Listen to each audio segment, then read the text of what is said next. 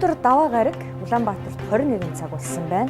Цензургүй яриа нэвтрүүлэг эхлэхэд бэлэн боллоо. Манай өнөөдрийн зочноор хүн бол өөрийн нутагт хагас жаргаж өөрийн нутагтаа бүтэн жаргадаг гэдгийг ойлгох ёстой. хөрөндөө та хайртай юу? Гэхдээ та ямар сонирм асуулт юм бэ? Бүрийн далбаа хүний газар хийж яхахыг хараад дил нулимс гардаг. Эх орныхоо төлөө хийж байгаа өчүүх хүн бас нэг хэсэг юм болов гэж одоо би боддог шүү дээ. 100 грамм авчихсан. Боловсрол гэдэг бол зүйл зөвхөн мэрэгжил эзэмшигтэй технэр хэмжигдэхгүй. Бурхан бүгд та хүмүүсийг яаж авардаг вэ? Гараараа авардаг юм а гэж үгт. Айц тавиад аварчихгүй гэсэн. Муу юм хийчихлээ. Улам муу болт юм бэл. Хинэж таних санжийн баярлага. 2 жиг болоод ажиллаа өгөх гэж байгаа хүнтэй хэн өрсөлдөх? Сонгол монголч байхгүй болсон. Зэртэн ордгоо. хэдв. Наадах чинь өсрэл 500 үстэй. Зарим шүүгчийн данс нь сая доллар байсан шүү дээ. Манай улсын хүндэт авилгачтай явах газаргүй болсон. Энэ авилгатай тэмцэн гэдэг чинь мөнгөтэй үнэтэй тэмцэж байгаа юм.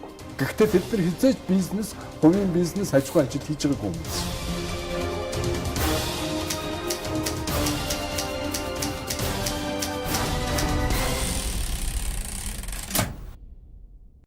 Орой минь үзэгчтэй цензургүй яриа нэвтрүүлэг эхлэхэд бэлэн боллоо. Өнөөдөр даваа гараг 21 цаг болсон байна.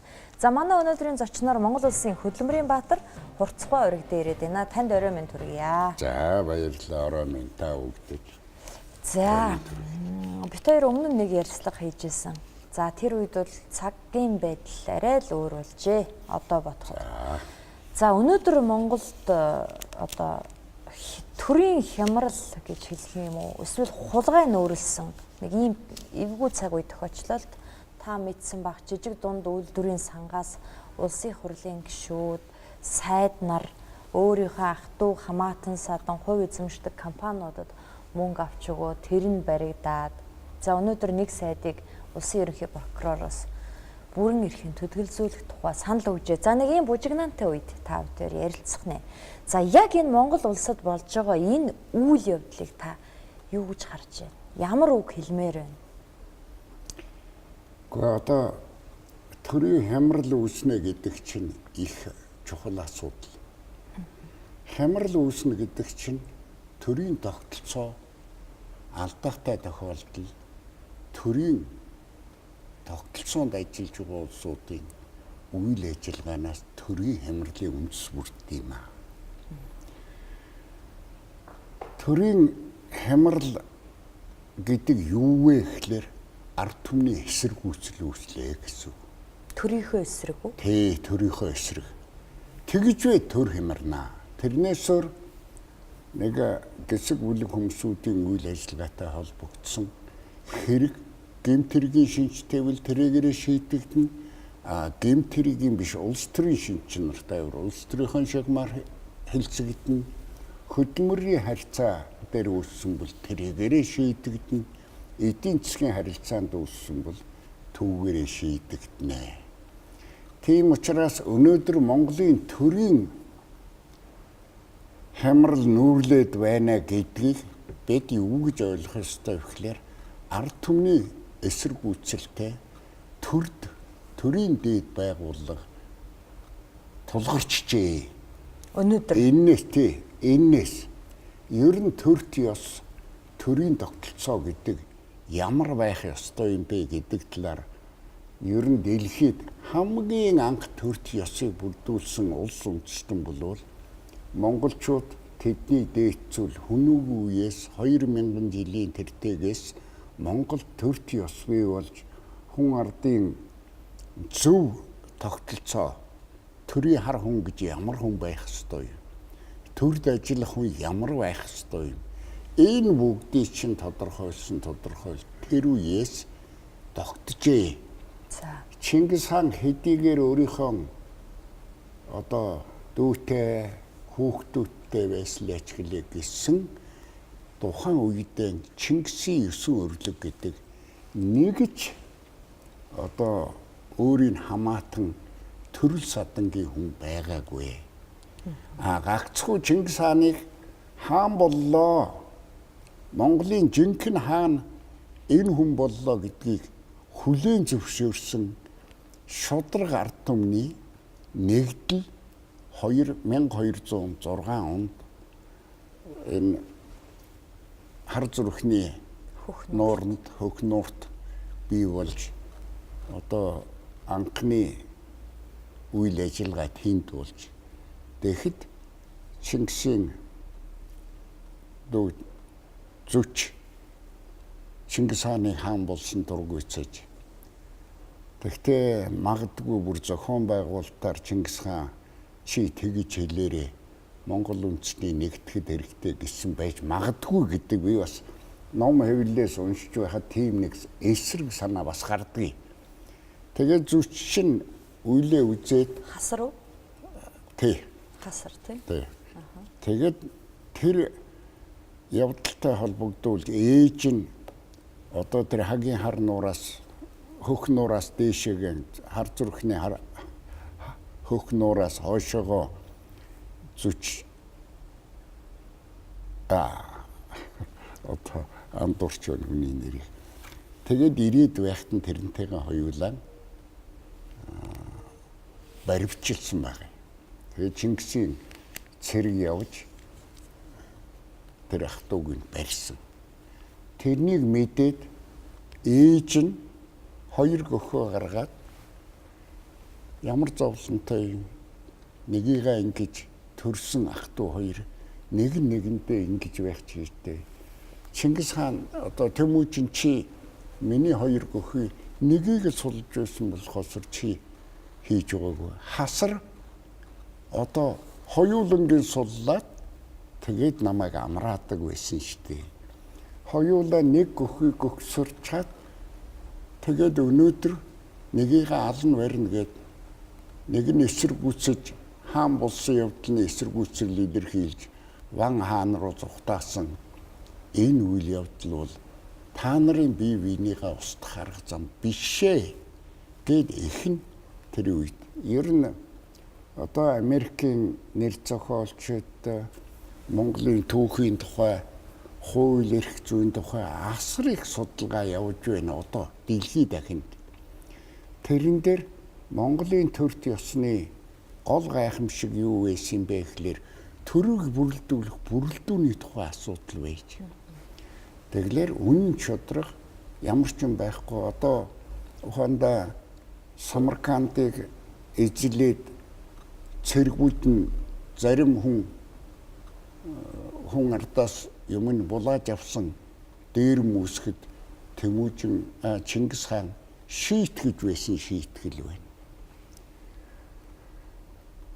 Хоризмын улстай нэгдъя гэд ингээд элч тэднийхээс ирээд худалдаа хийгээд эсэргийн өдөөс нь өөрийнхөө 400 худалдаачны явхад зөвхөн 2 хүнийг амьд үлдээгээд 400 худалдаачны тэмээ малтай өмч хөрөнгийн дээрэмдэж байсан түүх байна. Энэ бүгд юу вэ гэхээр ард түмний ер нь төрийг буруу байгуулж буруу хууль батлаас ийм үйлдэл болдгиймаа гэдэг энэ үйл явдал Монголд өнөөдөр бүрэн хэрэгжиж байна. Энийг хэрэгжүүлэх арга зам бидний баруунаас экспортлсон ардчил хэмээх нэрийн дор энэ төрд ёсын одоо яавал бус орныг эдийн засаг улс төр нийгэм ард түмний өөрийнхөө гарт барьж байх гэдэг хөрөнгөтөн орнуудын зарим нэгэн бодлого технологи байна тийм үү? Тий, тэр технологи байна. Энэ талаар саяхан одоо нэг манай нэг гайгүй сайн сэтгүүлч лавгдорж одоо жир гарсан үгэн Америкийн Дэвид Харви гэдэг хүний бичсэн улс орныг хараат байлгахын тулд ямар зүйл хийх ёстой вэ гэдэг 10 зүйлийг бичээд тэгээд энэ зүйлээс илтгэл хийсэн. Тэрэн дээр нь бид нэг цөөхөө хүн 20 гаруй хүн суусан, санал онлоо солилцсон. Ер нь Монгол ёс суртахуун гэж юу юм? Монгол ёс суртахууныг яаж хадгалах ёстой юм бэ? Монголчуудын уламжил юу юм? Ёс суртахууны уламжиллаа хадгалж монголчууд тэр одоо дээр үеэс ер нь монголчуудын чинь гой одоо цэцэн мэрэгэн үгийн төвөр бол ерөөсөө Монголын гүн ухааны философи юм шүү дээ. Тэгэхээр энэ бүгдийг ингээ үзээд энэ юмуудыг хараад яваад байхад хэдийн нэгэн төрд ажил баг хийсэн төрийн тогтолцоог мэддгүй ийм улсууд хэцүү байдгийм аа. Төрийн хямрах үндэс болдгийм аа гэдэг иймийг би өөрийнхөө туулсан одоо энэ төрд ажилласан би ч одоо 24 настай 23 настай гэлтсийн дараагаар батлагдаад 24 настай геолог шинжилгээний газрын ерөнхий геологч бөгөөд орлог дарах гэдэг албан тушаалыг авахд орлог цайдын хэмжээнд төрсэн хүлтэй.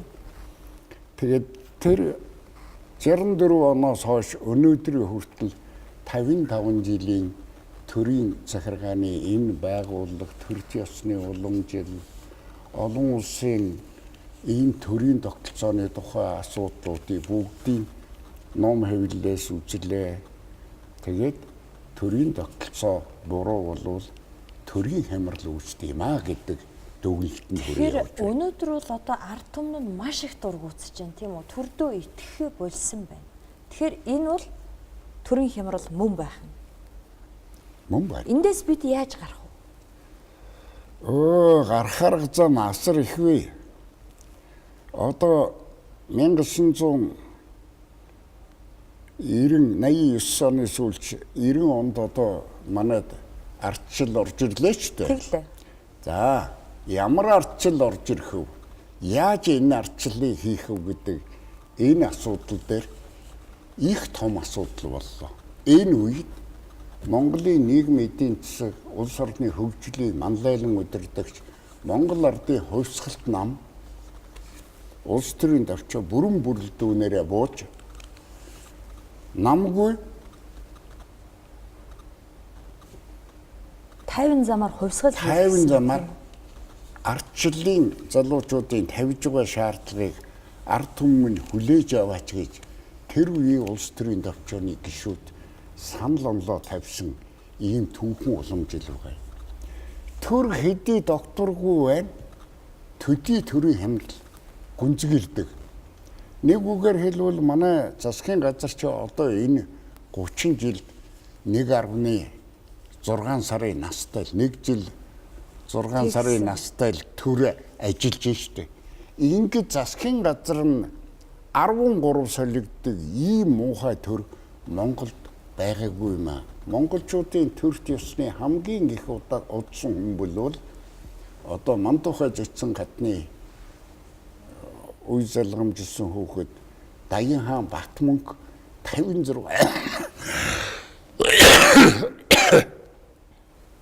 56 жил төр өдөрцөн. Чингис хаан 46 жил төр барьсан. Чингис хаан өөрөө Монголын төр доктортой байхад Юмжаагийн цэдэн бол 44 жил төр барьсан. Төрийг эсэргүүцэх, хөвөлдөн үгсэх ийм эвгүй явдлууд учирч байсан юм билээ. Зүгээр нэг асуудал биш. Бид сая одоо манай академик наран гэрэл эмерит профессор боллоо. Монгол Улсын их сургууль дээр академик маань бичсэн агуу ном байгаа. Тэмүүжин Чингис хаан ба хуулийн амин сүнсва Тэмүүжин Чингис хаан гэсэн ном гарсан. Энэ номыг бүрэн уншлаа.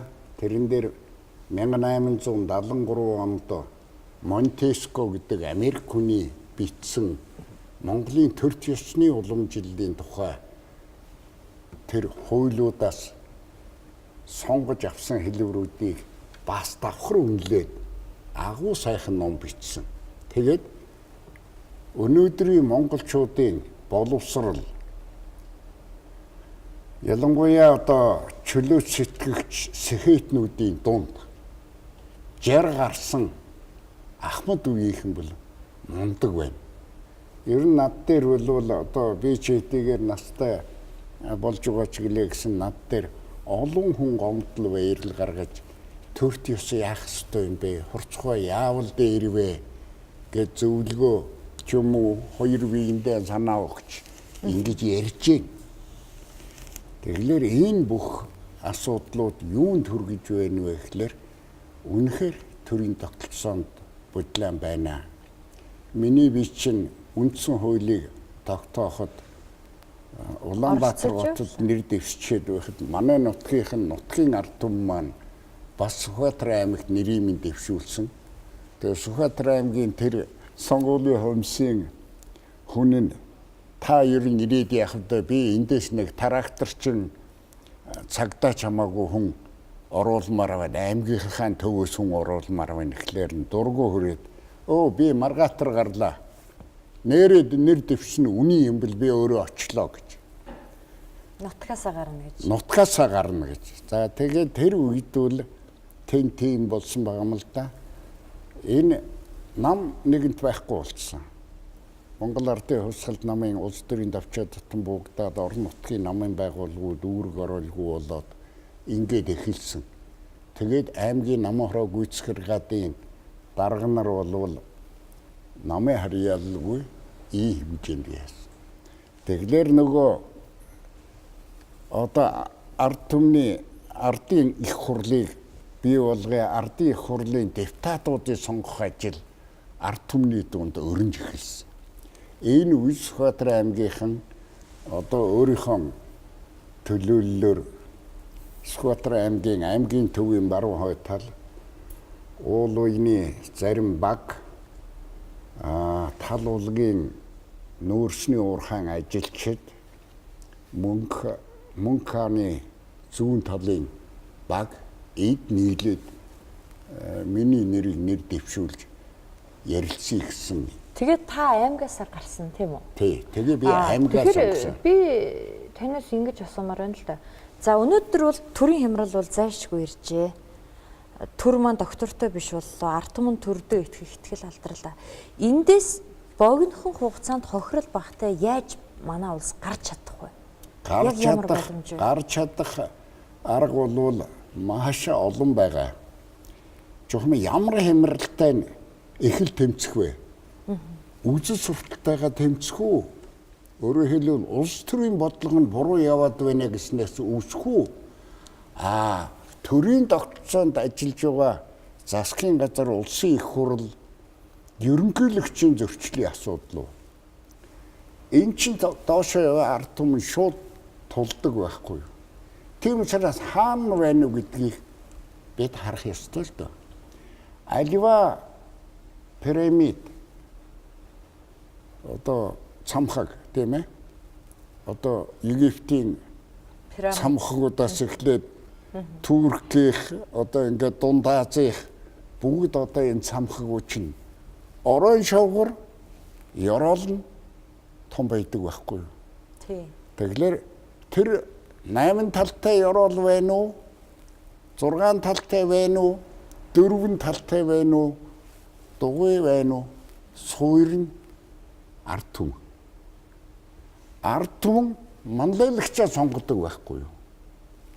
Манлайлагчийг гаргаж ирэхэд нэг хэсэг хүмүүсүүд гүйцэтгэгчид буюу хүмүүсүүд байна. Өөрөөр хэлбэл хүний тимээ хий гэхэд заа гэж хэлдэг гүйцэтгэгчид байдгийг. Энэ ер нь одоо хүн амын ингээд судалгаа юмуудыг хараад байхад 30% байд. Тэдний дэд давхархад оюуны потенциал ихтэй хэсэг хүмүүсүүд байна. Энэ бол эрдэмтэн мэргэд өнөөдрийн төвшин Монголын их шинжлэх ухаанлаг олон гадаад дотоодын дээд сургууль төгссөн олон сайхан эрдэмтэд, олон сайхан инженер техникийн ажилтнууд, ийм хүмүүсүүд энэ нийгмийн бас дээд хэсэгт нь явж байна. Энэ үл нэг бүх хүн амын нэг 20% байна. Энэ оюуны шилдэг улсууд дотор оюуны гүйцэтгэлтэй нь бүхэлд нь чирэх толгойлогч буюу манлайлагч групп байна. Энэ үл ерөөсөн 10% хүн амын дотор ижилдэм байна. За. 10 дотроос нэг нь бусдыгаа дагуулдаг, улмаар эрдэмтэн мэрэгдээ дагуулдаг, ард түмнээ дагуулдаг ганц орой байна. Тэгээ миний бие үндсэн хууль баталцаж байхад одоо би бас жаахан загнуулж явлаа. Парламентын засаглал гэдэг нь юу юм? Ерөнхийлөгчийн засаглал гэдэг нь юу юм бэ? Дэлхийд дахинд ямар тогтолцоо байдığım гэдэг. Тэгэхээр миний дунд охин эмгээ үгийн дээд сургуулийг улаан дипломтой төгсөөд англи хэлнээс герман хэлнээс орос хэл рүү, орос хэлнээс герман хэл рүү хууль зүйн эрх бичгийг орчуулах сертификаттай ороогоор марксизм ленинизмын дээд сургуулийг төгссөн. Тийм хүүхэд сургуулаас ирээд тэгээ нөгөөдөг чинь ер нь өөрийнх нь төгссөн үндсэн мэрэгжил нь бол төрийн хууль эрх зүйн чиглэлээр. Тэгээ би ороо тэр үндсэн хууль хэлцэж байхад одоо нэг хэсэг бөөн одоо энэ аль засаглан зөв юм, аль нь байх ёстой юм гэдэг дээр бөө маргалдаан болдгийг. За тэгтэл арчилсан социалист холбоо Монгол Ардын нам бүгд нэгдээд нэг тал болцсон. Одоо парламентын засаглалын тухай. Парламентын засаглалын асуудлаар Америкт, Канадад дуршлаг судалсан гэсэн манай хуулийн нэг хэсэг эрдэмтэн. Бас зарим нь Герман, Японыхыг үтцсэн улсууд. Зарим нь нэг хэсэг нь одоо юуныг төрийн тогтолцоог бий болгохын тулд зөв бүтцэд бүрэлдүүлэхийн тулд одоо үндсэн хуулиа парламентын засаглалаар хийнэ гэдэг. Тэгээд тэр парламентын засаглалын бүх хуулийн үндсэн хуулийн үндсийг 1940, 1924, 1960 оны үндсэн хуулиа үтсэн. Тэгээ социалист системийн үеийн үндсэн хуулиа 60 оны тэр хуулиа баримтсан ийм нэг хэсэг улсууд бас байсан. Тэгээ ер нь явж парламентын засаглалыг сонгосон. Төрийн парламентын засаглалын төлөө Монгол Ардын хөвсгөлт нам ардчилсан социалист холбоо энэ хоёр чинь нэгдсэн нэг нэг хэсэг бие даасан депутатуудын бүлэг гэж 430 хүнээс 140 хэд 50 хүн 150 хүн одоо ерөнхийлөгчийн засаглалын төлөө. Тэгээ би чинь тэр 150 бие даасан депутатуудын бүлэгт нь орцсон. Тэгээд их хурлын гишүүдээс одоо нөгөө тэр үеч чинь үндсэн хууль хийх ажлын хэсэг гээд ерөнхийлөгч ардын их хурлын тэргүүлэгчдийн дарга очир утаар толгойлуулсан ажлын хэсэг түүний гол хуулийг их барьсан хүн бол Бярагийн Чемит. Тэгээд энэ дээр бол бас хүний хийсэн бүтээсэн болгоныг үндэслэх ёстой.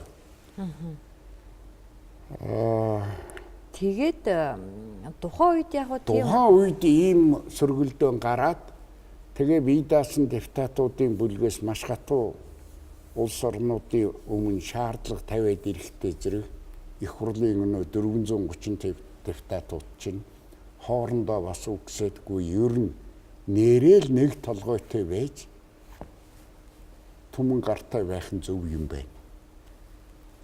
Тэрнээсээр бүгдээрээ толгойлогч болж болохгүй юм. Тэгээд төрийн тогтолцоо дээрээсээ доошоо хөвтөй шулуун нэг л удирдлагатай байх хэрэгтэй. Ерөнхийлөгчийн хэлсэн үг бүх ард түмэнд хүрэх ёстой.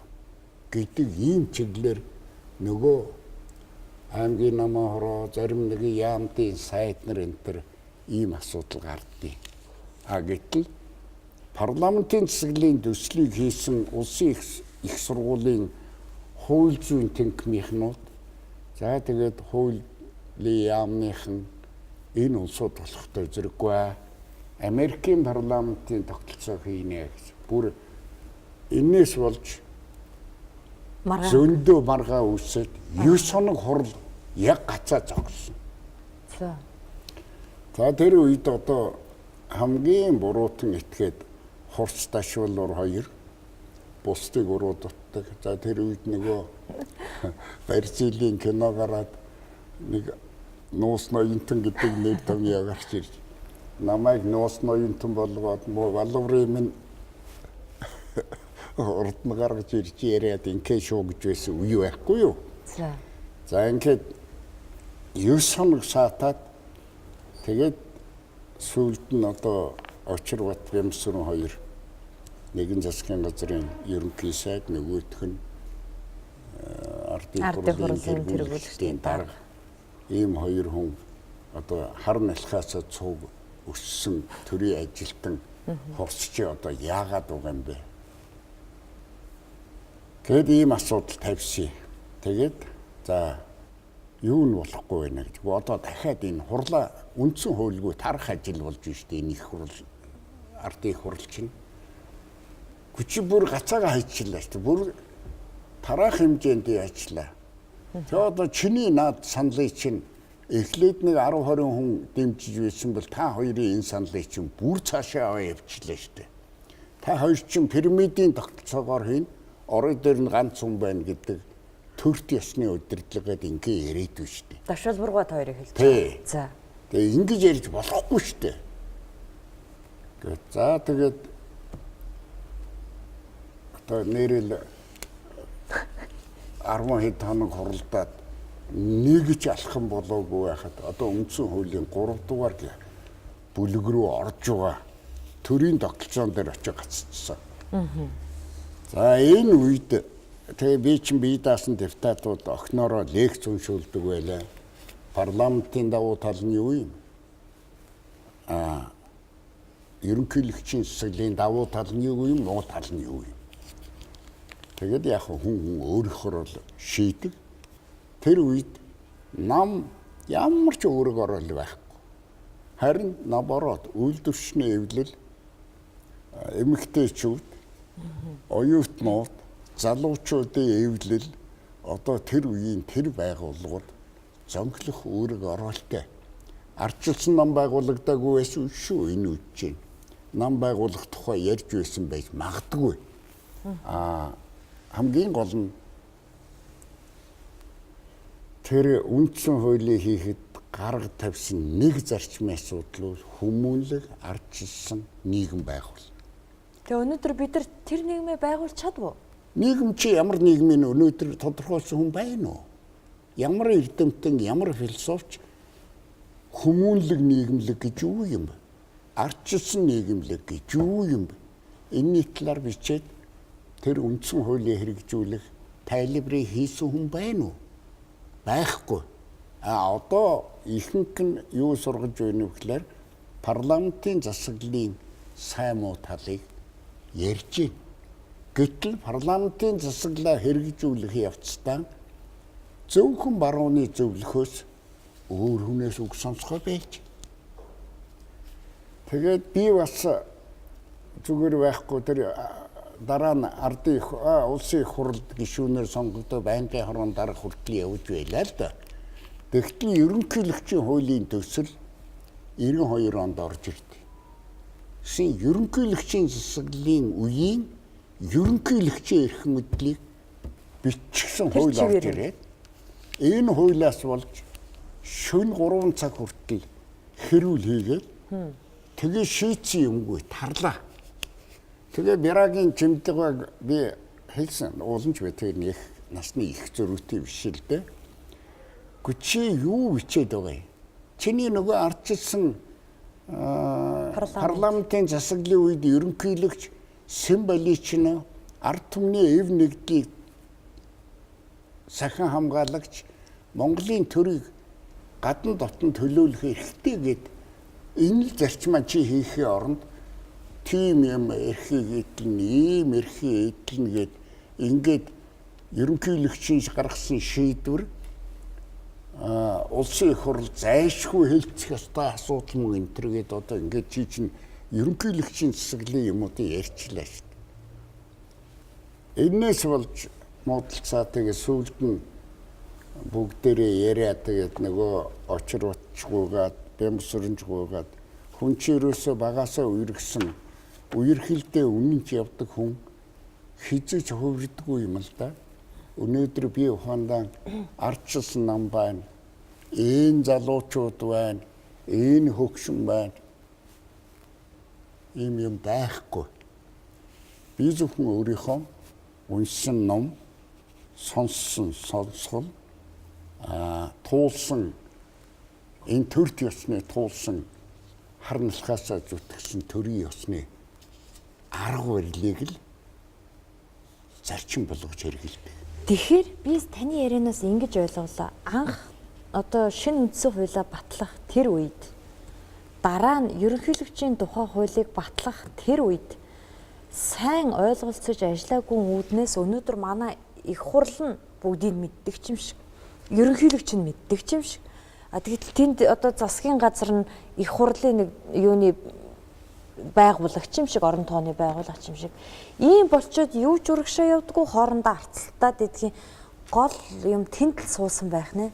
Тэр он жилүүдэд суусан уу? Энэ чинь бүх нийгмийг горизонтал давтаа бие биенээс үл хамаарахаар энэ ардчилсан хуулийг чинь баталсан. Би үлвэл ийм байж болохгүй. 3 сая хүнтэй тэр үед 2 сая жоохон 2 сая 300 мянган. Тийм байсан. 2 сарын гаруйхан хүнтэй улс оронд Америкийн одоо мужи өөрөө өөртөө хуультай, өөрөө төсвөө бүрдүүлдэг, өөрөө өөрийнхөө хөгжлийг тодорхойлдог Америкийн парламентын бүтэц Монгол таарахгүй. Тийм учраас босоо тогтолцоо авъя.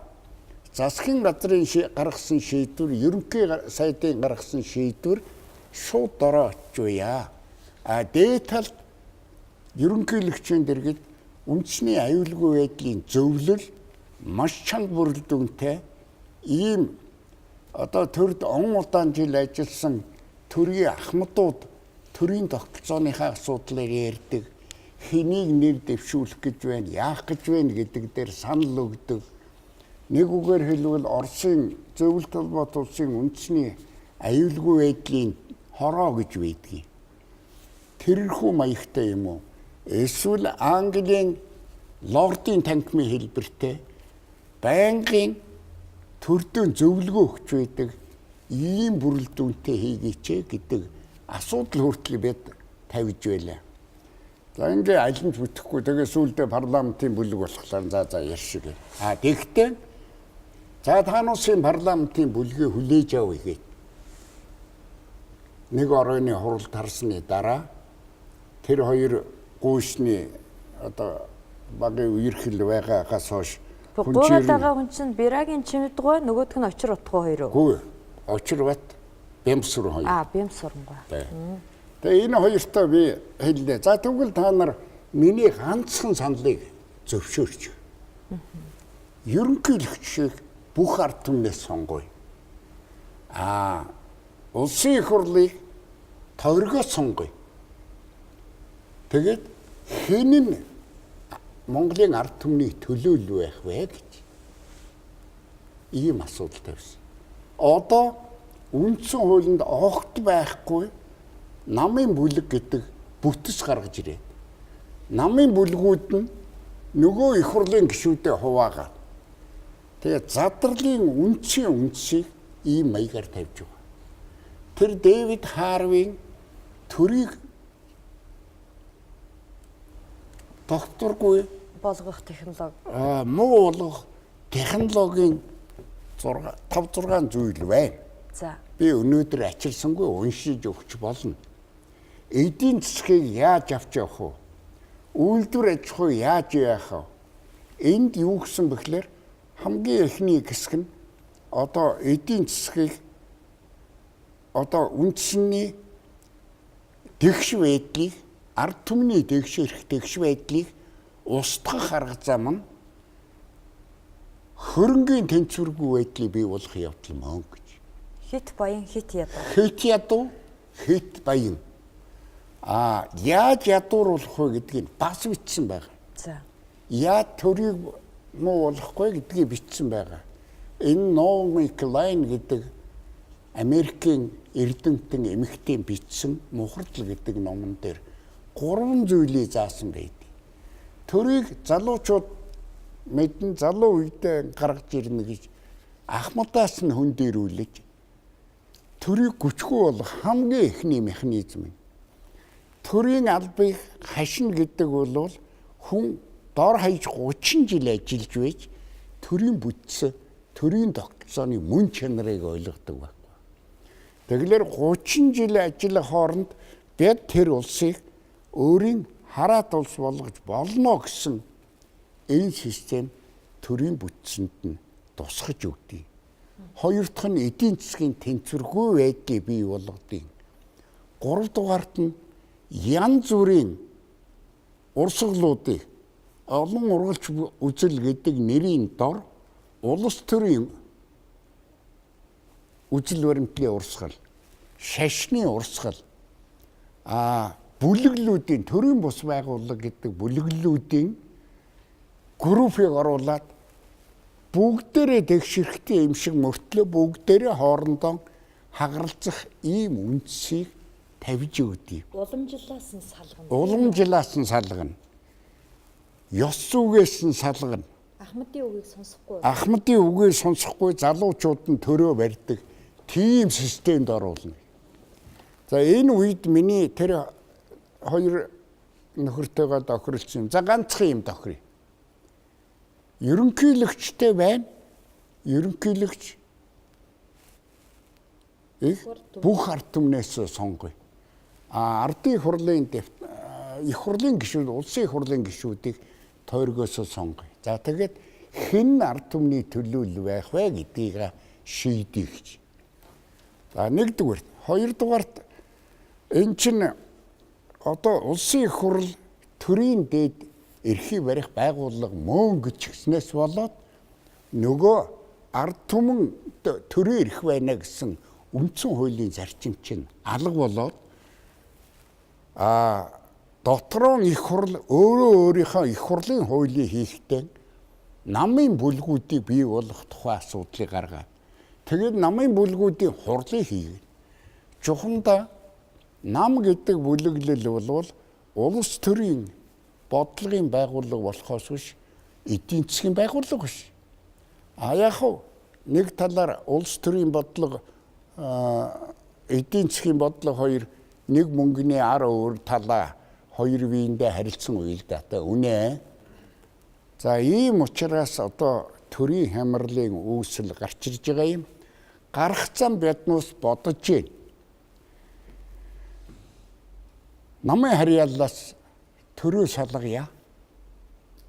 Намын бүр дарангуйллаас уу? Намын дарангуйл гэж чи хэлж байна. Би бол дарангуйл гэж хэлэхгүй. Намын бүлэглээс энэ задарлын үүслийг тавьсан намын бүлгээс болио. Нам гэдэг үгийг ялангуяа улсын их хурлын гишүүн хүн намын гишүүнээс ерөнхийлөгтэй төдгөлжүүлж болсон. Ягаад намын гишүүдийн их хурлын гишүүдийн хийх ёстой.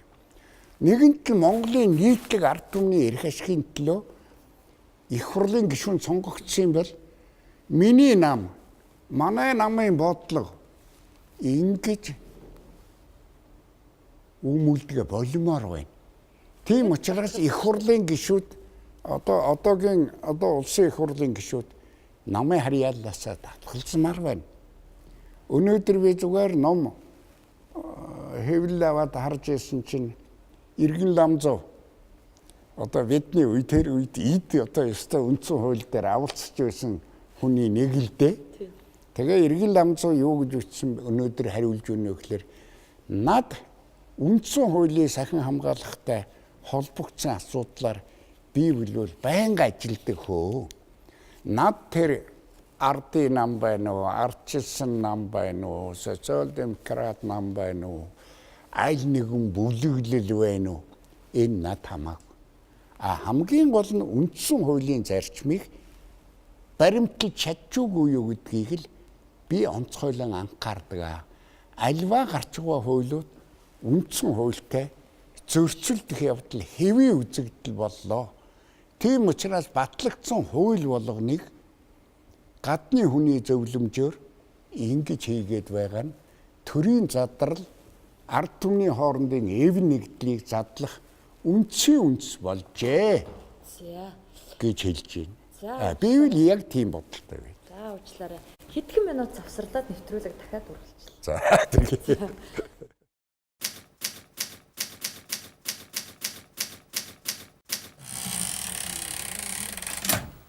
За цензургүй яриа нэвтрүүлэг үргэлжилж байгаа. За тэгэхээр та түрүү ярьсан тийм үү? Пирамид ямар ч 8 талтай байж болно, 16 талтай байж болно, ганцхан оройтой байдаг гэж. За тэгвэл Монгол өнөөдөр 3 оройтой юу? 3 оройтой. 99 тэнцүү эрэхтэй сайд нартай. Ийм л бүтцэн шүү дээ. 99 нэг биетэй. Монгол төр гэдэг нэг биетэй. 99 хинээс ч халдшгүй бүрэн эрэхтэй. 99 нэг чарч. Нэг үгээр хэлвэл 76 гишүүн хамгийн том эрэхтэй. Халдшгүй гэмтэр хийсэн чи намын бүлгэрээ хэлцдэг, бүлэг дээрээ аваа гардаг. Ийм л хэмжээнд яалаа. Дээр нь 10 хэдэн сайд байна. Дээчүүхэн дарга байна. Авилгатай тэмцэхийн дарга. Авилгатай тэмцэх газрын дарга байна. Прокурор, шүүх, гүйцэтгэх засаглалын улсууд байна. Тэд чинь бол үндэсний аюулгүй байдлын зөвлөдлийн төлөөлөл шүү дээ. Ер нь Монгол орны төрд ёсыг авч хадгалахын тулд энэ шүүх, энэ юунууд ч байгаа шүү дээ. Гүйцэтгэх засаглалын хажуугийн одоо энэ прокурор, дээчүү, авилгалтай тэмцэх газар энэ. За бид нар 90 онд ардчлалыг импортлсон. Үнэ. Гэхдээ би таныг өнөөдөр энэ Орос төсөл номыг авчирхаар бодсон юм л доо. Яг одоо улс орныг ардчлалын замаар авч явсан гэхэд хэцүү. Анархизм болсон юм шиг. Гэхдээ аливаа улс орныг яаж дороотуулах вэ? Яаж хүн ардын хооронд нь эв нэгдлэхгүй болох вэ? Хэвлэл мэдээллийг яах вэ? Төрийн албаагчдыг яах вэ гэдгийг яг энэ номон дээр бичсэн байдаг л да. Тэгэхээр та яг ямар дүгнэлт хийх гэж энэ номыг барьж ирсэн бэ? Тэгэхээр би энэ номыг одоо энэ Орос төсөл 1-р бат 2-р бат хоёрыг хэвлэгчээд байна. Энэ номыг юунд зориулж гаргасан юм бэ? Энэ ном зохиогч нь эхний хэсэг нэг хэсэг үе тодорхойгүй байлаа. Тодорхойгүйс.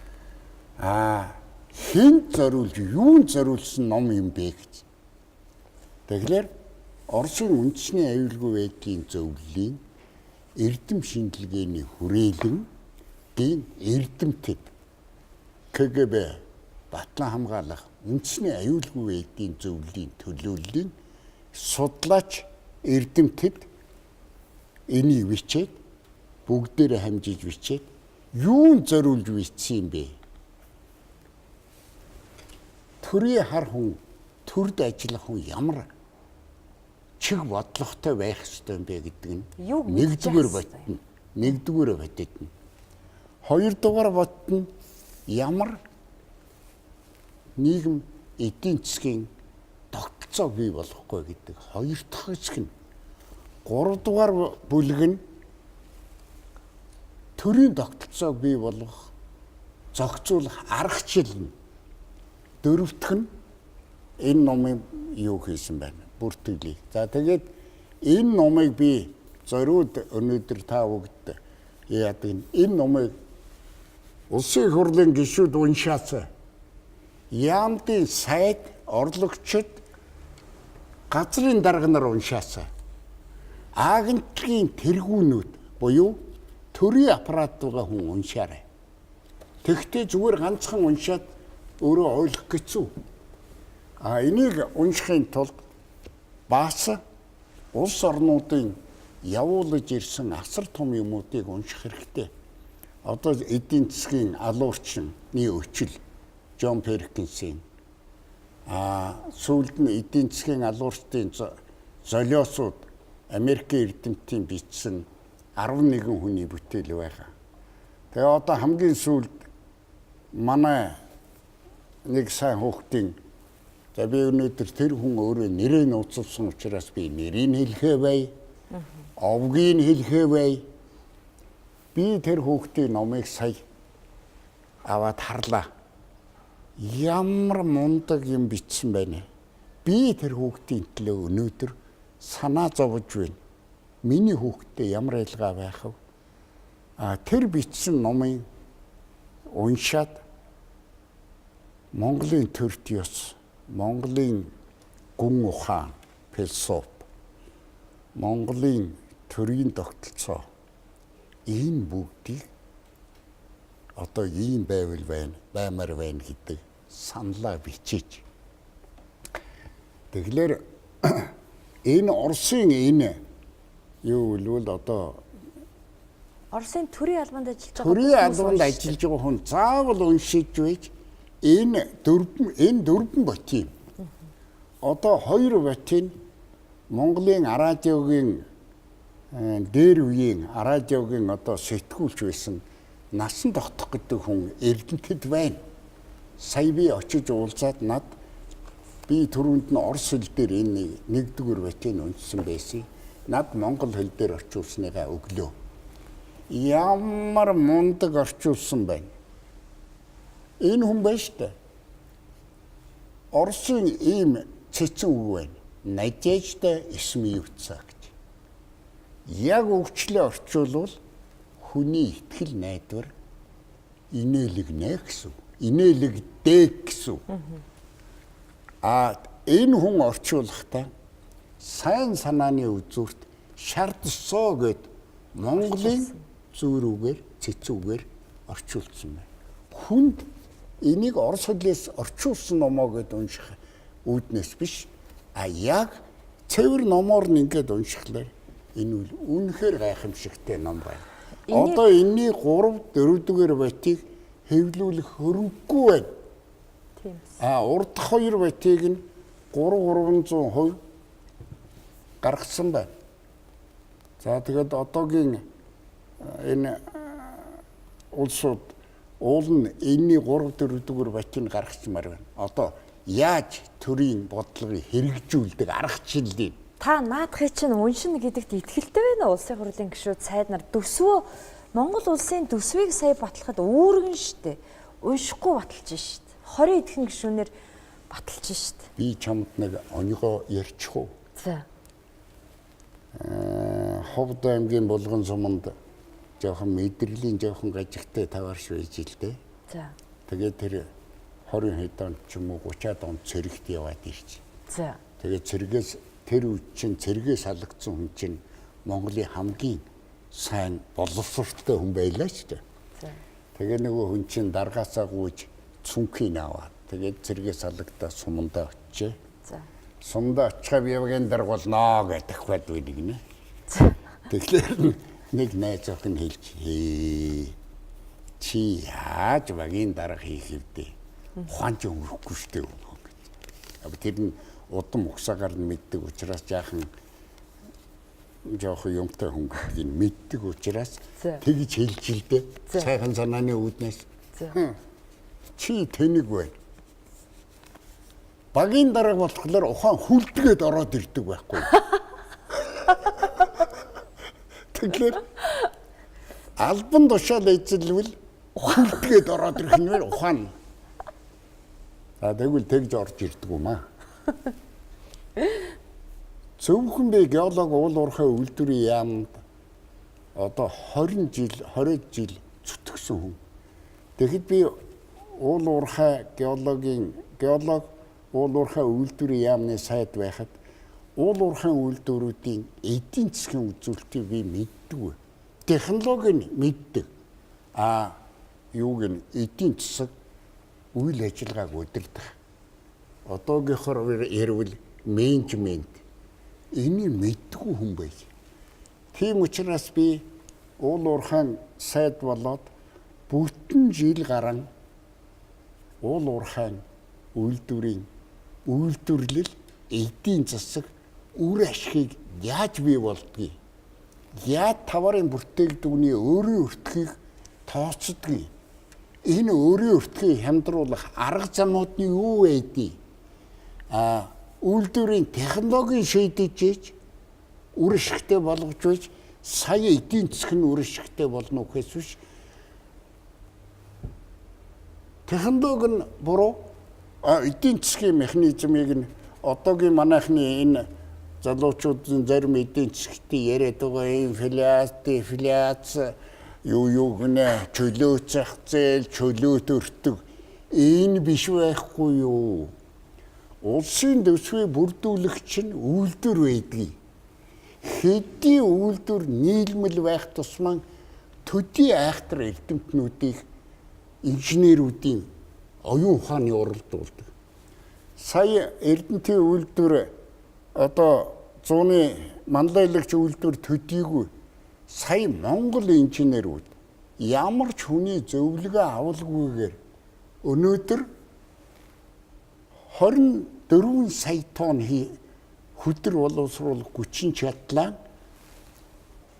32 сая болгоход хийсэн бүх нэмэлт өөрчлөлтүүдийг бүгдийг Монгол инженерүүд өөрснөө оюунаараа бүрдүүлээд Эрдэнэтийн зөвхөн оюун санаагаараа бүрдүүлэх биш, өөрсдөө бүтээн байгуулалтыг хийгээд одоо тэнд засварын уул уурхайн тоног төхөөрөмжийн тэнэг ор зурхны юм хийдэг засварын завууд байсан өнөөдөр Монголын машин байгууламжийн дээд зэргийн үйлдвэр болох нөхцөлийг хангаад одоо Эрдэнэтийн үйлдвэрээс тусдаа тэгтээ тоног төхөөрөмжийн захиалагтай болж металлыг гүн боловсруулах үйлдвэрийн комбинат болох замдаа очсон байна.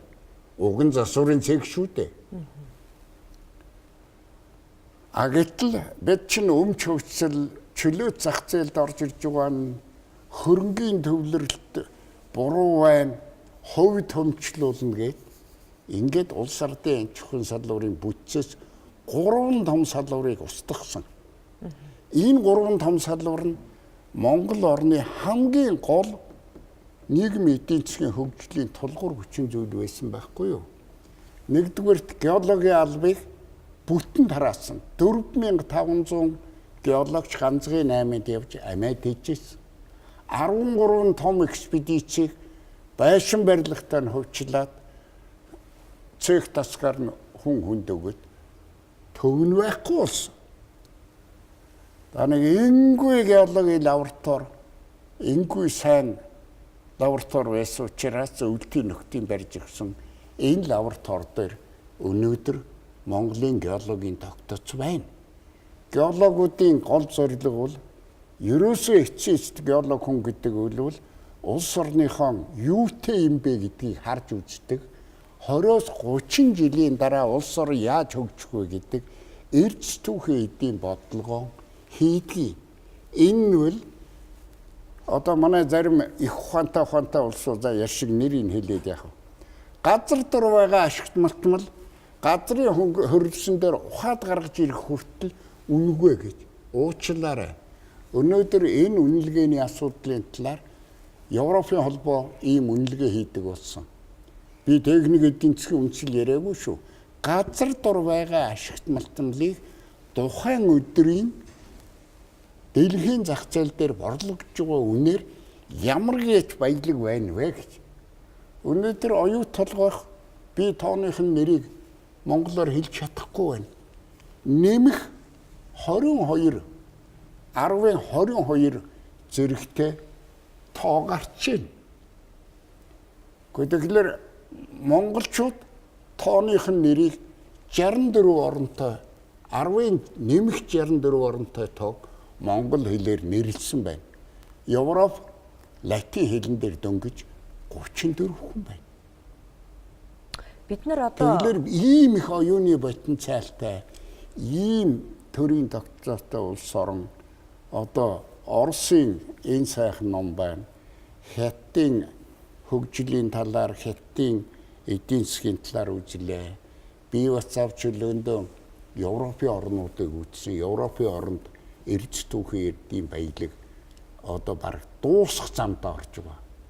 Орос бол асар их баялагтай учраас үлдсэн. Түүний дотор хамгийн их эрдэс баялагын потенциал хүчтэй нь Казахстан байсан. Өнөөдөр Казахстан явж өглөө. Монголын хажуугаар баяртай гэдэг хажуугаарч өнгөрлөө. Вьетнам цөөхөн ашигт нутмлын төрөлтөө.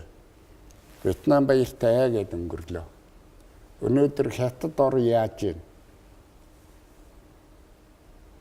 Хамгийн эрдэс баялаг багтай Япон өмнөд Солонгос хоёр яаж хөгжсөн? Солонгосын ерөнхийлөгчийн номыг би уншсан. Сингапурын ерөнхийлөгчийн номыг уншсан. Энэ бүгд дээр улс орон гадны нөлөөлөл бага автаж өөрийнхөө дотоод эрдэмтэн мэргэд дотоод эдийн засгийн потенциалаа шавхаж ард түмэн өөдөө босд юм а гэдэгт солонгосууд өмнө солонгос эхнэр хүүхдүүд нь өвгөө хүртэл төр засагтай барьж солонгосын анхны машины үйлдвэр бий болгосон. Машины үйлдвэр гараад ирсэн чинь төмөр байдаг. Хар мэтлүүрийн үйлдвэрийн том үйлдвэр байсан. Том үйлдвэр бариад тгсэн ч бас төмөр нь илүү гарахлаар усан хүчний үйлдвэр хийсэн. Одоо газрын тосыг түүхийгээр нь ширдэг 90 см-ийн поршнтой нэг усан гусны нэг поршнгийн мотор нь 2 давхар байшин шиг тийм моторын корпустай 1500 метрийн урттай 350 метрийн өргөнтэй ийм усан онгоц хийгээд газрын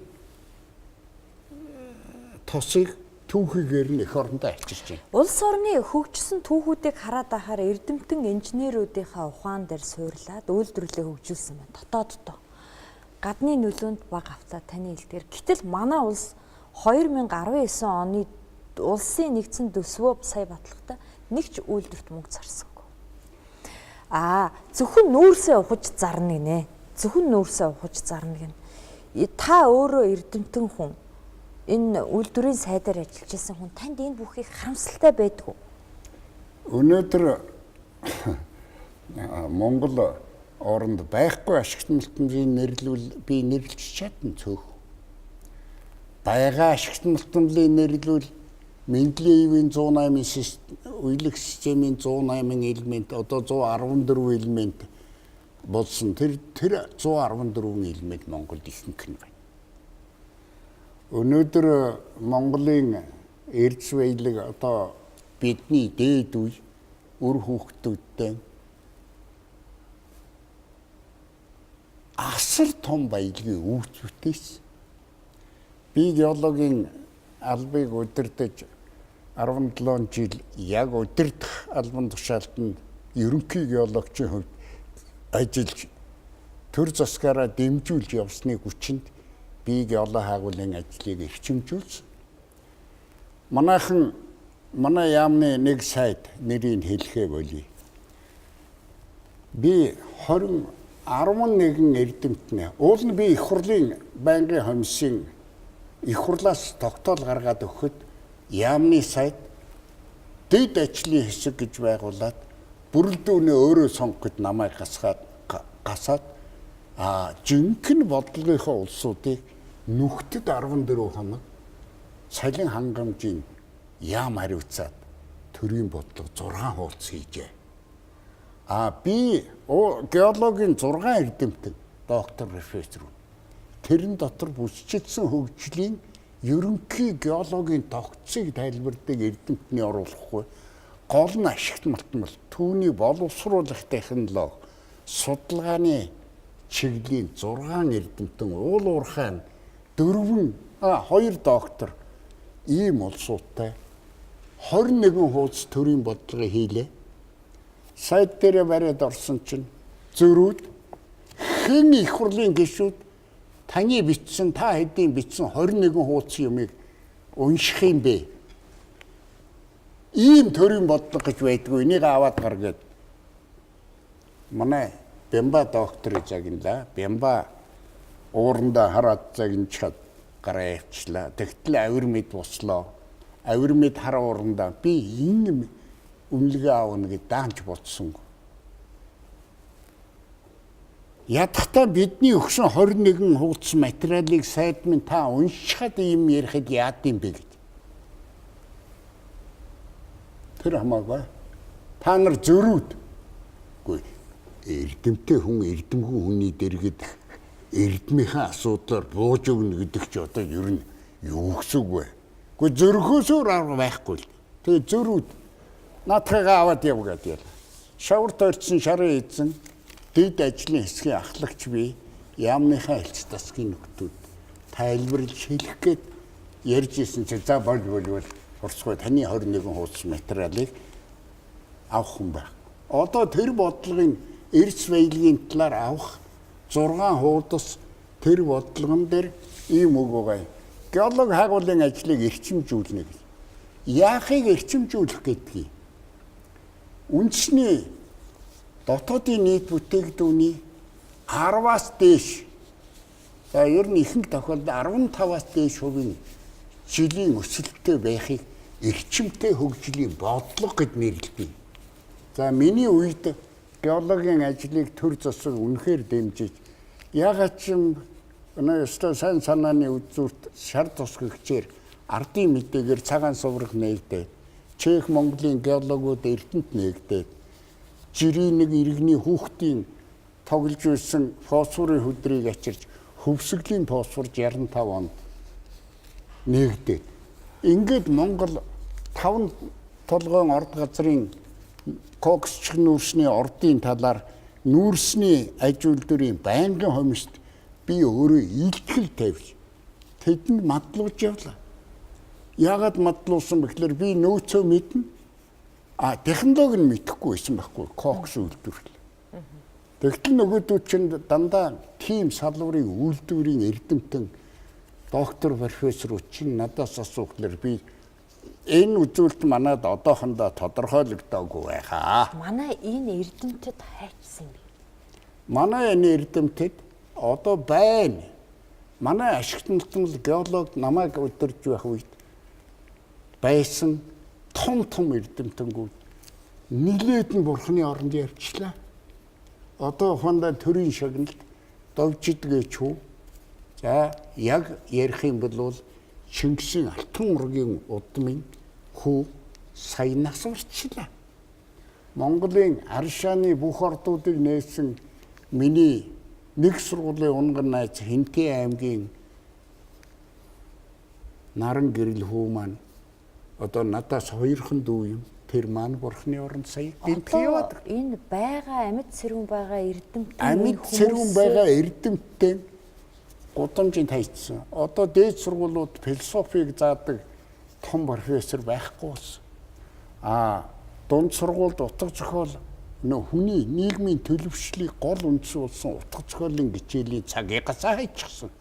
Энийгээ юу гэж байгаа вэ гэхээр Америк маягийн сургалтын боловсронгүй системийг нэвтрүүлж байгаа нэгээд нэг гэгэрлийн яамны сайд ихээхэн бодлуулаа үдээ.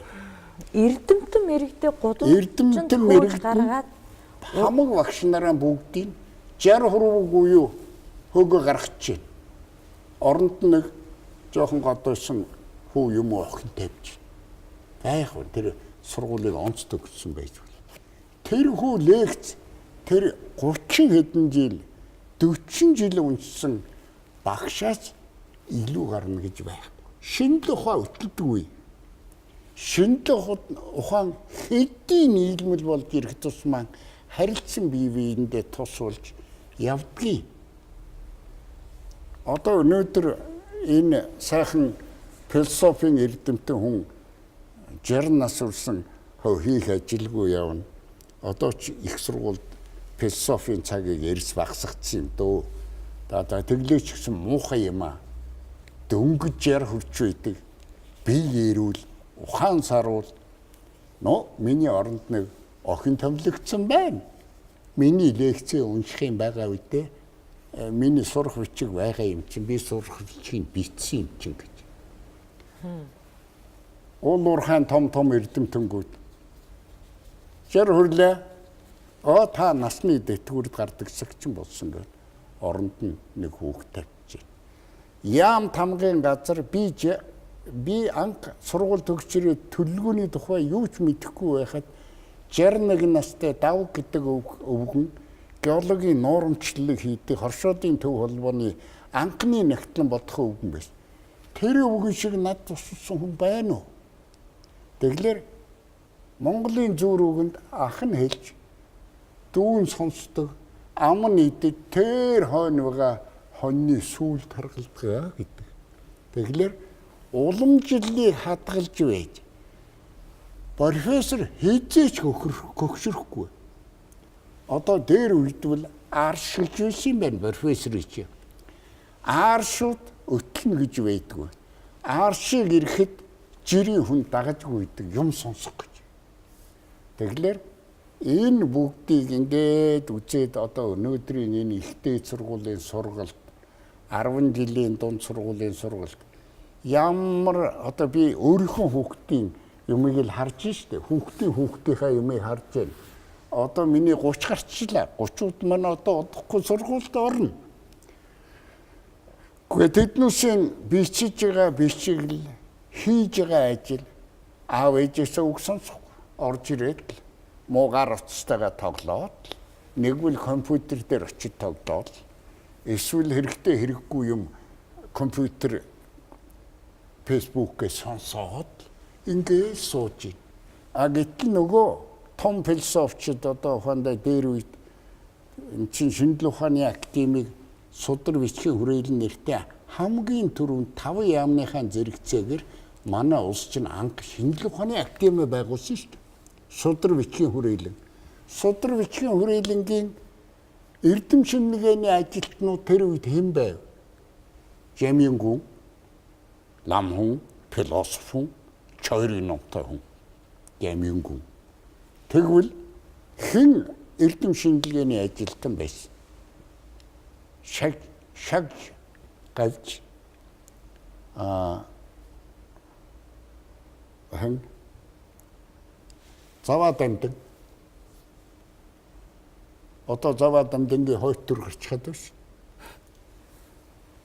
Дундгарт ажиллаж тэрний тухай манай шинжлэх ухааны академийн хэл утга зохиолын доктор академич манай Цэрэнсүтэн заваа дамдан ба түүний түүхэн үеийн тухай. Заваа дамдангийн философи онлоор Бирагва академич Бирагва одоо 92-тай өвгөн анхныхаа докторийн диссертацийг бичиж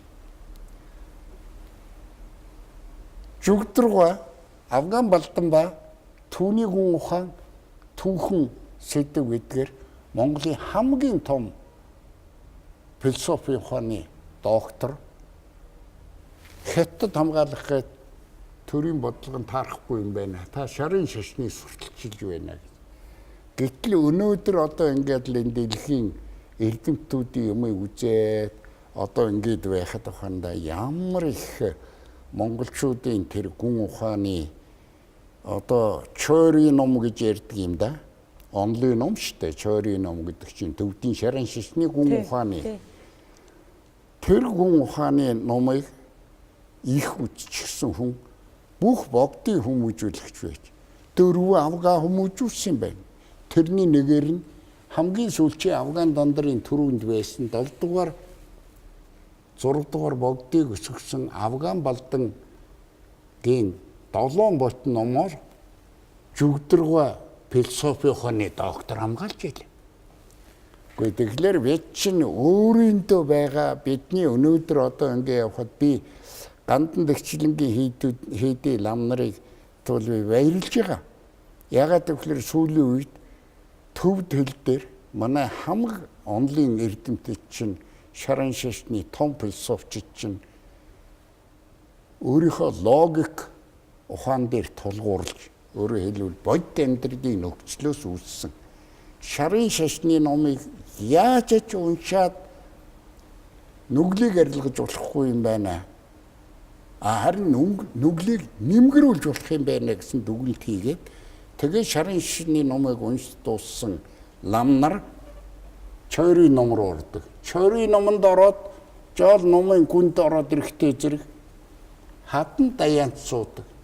Даяанд суухдаа модоо иган чулуун дээр эргүүлээд хоолоо хөвтөл багсаж тэр зөвхөн ямар шинжлэх ухаан юу вэ гэж. За одоо жишээлбэл өнөөдөр манайхан ярьдаг ясан төрөл, цусан төрөл гэж. Сая Японы эрдэмчид одоо ясан төрөл юуг нь бүтээдэг хүний бие. Их тал нь юуг нь бүтээдэг, эцэг талын юуг нь хэрэгэлдэг. Тэгээ яагаад ясан төрөл гэдэг үг гарваа гэж. Тэгэхээр эцэг талын гол хөв хүнийг бүтээхэд оруулдаг юм нь оюун ухаан, яса, одоо уламжил. Энэ гурав байж. Эхийн тал юу гэдэг юм бэ гэхээр Цусан төрөл. Мах, цус, шар, эд. Одоо шар ус гэж ярьдаг да манай настай улсууд. Ёо шар ус хурнаад нухлаараа гэдэг үдээ. Хөөхтөр. За тэр нэг бүтээд юм байна гэдэг. Юу. Тэгэхээр Японы эрдэмтэд сая Дөнгөс сая л нотлож. дөнгөж сая баталж шин. Монголчууд мянган жил ярьж байгаа. Нар ярьдус. Ясан төрөл аавын тал, цусан төрөл ээжийн тал. Тэгж ярьдаг ус. За баярлалаа. Битүүрийн нэвтрүүлгийн цаг харамсалтай дууслаа. Та битүүр ярих юм их боловч цаг бага. Яг. Харин. За Монголын телевиз үзэгч нөхдөө би туйлын их баярлж байна. Ард иргэд минь төрт ёсонд их зөв хандаарэ. Одоо системийн өөрчлөлтийн тухай ерөнхийлөгч маань үг хэлж эхлэв. Юу системийн өөрчлөлт гэдэг юм бэ гэдгийг хүндсэнгүй орхилоо. Төрөө битгий их бужигнуулж үзээч. Аль болохоор сонголтыг мөнгөтэй хүнийг сонголж болохгүй. Энэ тэр Чингисийн үеэс ирсэн төрийн хар хүн гэдэг юм дотор тэр 9 юм дотор чин шудраг төвдөө үнэнч элдв хувилдаанд оролцогч биш эв нэгдлийг нэгтруулахын төлөө гэх мэтлэнгийн 9 үзүүлэлтийг төрд хэрхэвж ойртуулж болохгүй гэдэг хүнд юу гэсэн бэ гэхээр эдийн шуналтай худлаа үг ярьж нийгмийг үүмүүлэгч гэх мэтлэн 6 зүйлийн шалгуурыг бичээд номон дээр хэвлэлсэн байна. Тэгэхээр ард түмэн одоо би нийт Монголын ард түмнээс гуйх юм. Одоо нам үйлдвэрчин залуучууд, эмэгтэйчүүд бүгд төрийн бус байгууллага шүү. Дээр нь одоо сайхан нэртэй төрийн бус холбоодууд үүслээ. Энэ бүгд чинь төрийг задлж ийн шүү. Бидний эв нэгдлийг үүмэл төрхөрч байна. Бид чинь төрд ёсоо уламжлалаа ёс суртахуунаа хайжгээгдүүлээ. Барууны хөгжлийн сайхан замаар ордог гэд худлаа үнэн болгохгүй юм дагад навсгахынхаа оронд Монголын гүн ухааны онол Монголын эрдэмтдийнхээ үгийг сонсож тэднийгээ дүшгэлж улс орныхоо ард түмний нийтлэг эрхшгийг бодооч. Одоо нэг гисэг бүлэг хүмүүсүүд ашиг олмоор юм шиг одоо эрдэс баялгаа гадны хүн дотоодын хүнд өгч байна. Энэ чинь бишээ үндсэн хуулийн дээр бүх ард түмэн өөрийнхөө эрдэс баялгаа эзэнгээ заасан байгаа шүү дээ. Тэгэхээр бүгдээрээ эзэмших гэдэг нь юу гэсэн үг юм бэ? төрийг хамгаал гэсэн болохоос төрийг тараа гээгүй. Өнөөдөр ашигт нутмлын тусгай зөвшөөрөл тэр яран газар олгосон бичиг болохоос биш тийм геологи ажил хий, тийм уурхай байгуул 40 тонн нөөцийн ашигла 40% ашигла гэсэн ийм байхгүй. Тэгэхээр бидний тусгай зөвшөөрөл энэ бүх юм чинь энэ барууны бидэнд зөвлөгөө өгч байгаа энэ неолиберализмын үжил баримтал хичнээн буруу болохыг за яг Трамп хэлэм татчих ил байна. Сая эвгүй үг хэлсэндээ яаршил лингэрэнэс Америк гарна. Улс болгонтой жигд харьцах харьцаагаа бид таслана. Гэсэг болог ирээдүйтэй улс орныг дэмжиж ажиллана Америк. Гэт ингээ энэ бөө хэлэм татлаад бужигэн жил байна. За боо гэсэн юм. Өстө орсоор хэлэхэд. За баярлалаа танд. Ийм сайхан юмудаа ард түмэн хараарэ. Үндэснийхэн сэхэтнүүдийн үгийг сонсоо. Үндэсний сэхэтнүүд инженер техник чинь Монголын 3 сая ард түмнийг түүний дотор төсвийг бүрдүүлэх үйл ажиллагаа оюун санаагаараа хийгээд өөрснөө хэрэгжүүлээд явах дэлхийн төвшөнд төрсэн эрдэмтдтэй болсон байна шүү монголчуудаа. Тэгээ ийм учраас эрдэмтэн мэрэгдэн ахмадаа сонсч залуугаан дагуулж өөрийнх нь дараа үеийг бэлддэг энэ монголчуудын ёс суртахууны өвийг хадгалж сайхан аж төрж эвээ нэгтгэцгээе. Та бүгдээ баярлалаа. За баярлалаа. Танд бас аз жаргал хүсье, амжилт хүсье. Сайн сайхныг хүсье, баярлалаа. За. Та нарт ажлын амжилт хүсье. За баярлалаа. За баярлалаа үзэгчдээ. Цензургүй яриа нэвтрүүлгийн энэ удаагийн дугаар өгөр өндөрлөж байна. Эх 7 хоногийн даваа гарагийн 21 цагта эрг уулзтлаа. Баярлалаа. Хүн бол өрөөлийн нутагт хагас жаргаж өөрийн нутагтаа бүтэн жаргадаг гэдгийг ойлгох ёстой. Хөрөндөө та хайртай юу? Гэхдээ та ямар сонирм асуулт юм бэ? Өрийн далбаа хүний газар хийж яхахыг хараад дил нулимс гардаг. Эх орныхоо төлөө хийж байгаа өчүүхэн бас нэг хэсэг юм болов уу гэж одоо би боддоо шүү дээ. 100 г авсан. Боловсрол гэдэг бол зүйл онцгойг мэрэгжил эзэмшигтэй технэр хэмжигдэхгүй. Бурхан бүгд та хүмүүсийг яаж авардаг вэ? Гараараа авардаг юмаа гэж үгт.